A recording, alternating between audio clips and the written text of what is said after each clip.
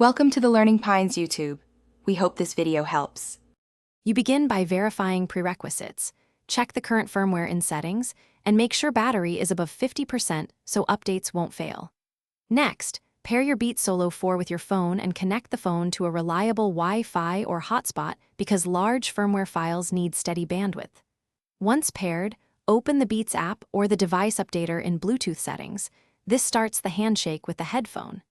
Do this now to start download. It prepares both devices and avoids mid-update interruptions. You initiate the download and immediately keep the app in the foreground because backgrounded apps can be paused by the OS. While the file transfers, avoid closing the app, toggling Bluetooth, or walking away. Intermittent connections can corrupt the update. Once the installer stages the file, the Beats will automatically enter update mode and may reboot. That's normal. If you see progress stalling, wait 5 to 10 minutes before intervening. Firmware verification and unpacking can take time even when the download is complete. You finish by confirming the new firmware number in device settings, and then test audio and controls to ensure features work correctly. If the update fails, perform a soft reset.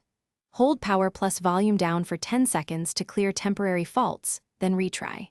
If problems persist, try another phone or a different Wi-Fi hotspot, since device or network conflicts can block firmware installs. One key troubleshooting tip: never interrupt the update mid-install. If interrupted, reset and start. Thanks for watching. Consider subscribing if we helped you.